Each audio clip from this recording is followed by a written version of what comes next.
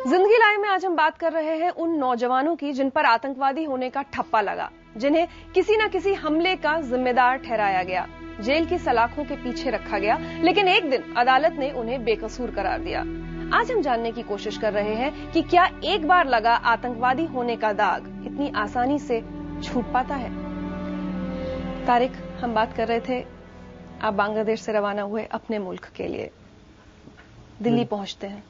दिल्ली पहुंचने के जैसे मैं प्लेन से निकला तो इमिग्रेशन के लिए तरफ जा रहा था मैं, तो मैंने देखा 2-3 लोग खड़े हैं वहाँ पे सिविल यूनिफॉर्म्स में। तो उन्होंने मुझे बुलाया, तारिक। मैंने उनके पास गया तो उन्होंने कहा पासपोर्ट दीजिए, मैंने पासपोर्ट दिया। तो उन्होंने बताया कि वो दिल्ली स्पेशल सेल से हैं। जब तो वो मुझसे पूछताछ कर रहे थे, मुझे ये लगा कि हाँ ऑब्वियसली है भाई, अगर वहाँ मुझे 45 दिन के लिए बन गया तो शायद ये उसके बारे में पूछना चाहते हो कुछ भी। तो मैं आराम से बात कर रहा था उनसे। उसके बाद जैसे उनकी बात खत्म हुई तो उन्होंने कहा कि आपको हमारे साथ चलना पड़ेगा। देन ये समझ लीजिए कि मुझे ऐसा लगा कि मेरे पैर उठ नहीं रहे। मेरा भाई मेरे पास आने की कोशिश कर रहा है, वो उसको नहीं आने दे रहे। He is looking at me और मैं उसकी तरफ देख रहा हूँ। मतलब हम दोनों के आंसू निकल रहे हैं।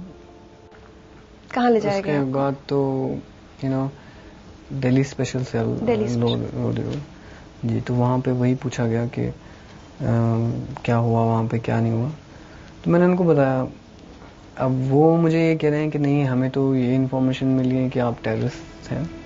लश्कर तैयबा का? जी, लश्कर तैयबा के लिए काम करते हैं। तो मैंने उनसे यही कहा कि अब आप मुझे यहाँ पे लश्कर तैयबा का बता रहे हैं, वो मुझे वहाँ रॉ का एजेंट बता रहे हैं, तो आप खुद ही डिसाइड कर लीजिए। यहाँ भी बहुत टॉर्चर हुआ, हैवानों से सलूक करना। मुझे लगता है कि मैं तारिक अहमद, मैं किसी हैवान के साथ भी वैसा सलूक नहीं कर सकता।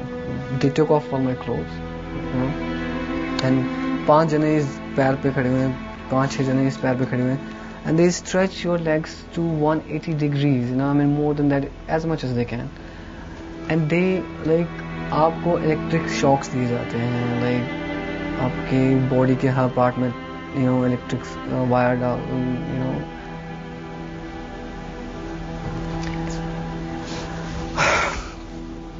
दे प्लेट। उनको ऐसा लगता है कि ये जो बंदा तड़प रहा है, उनको मजा आता है। उस वक्त क्या लगता था? कभी कभी लगता था मैं इतना टॉर्चर नहीं सह पाऊंगा, मैं मर जाऊंगा।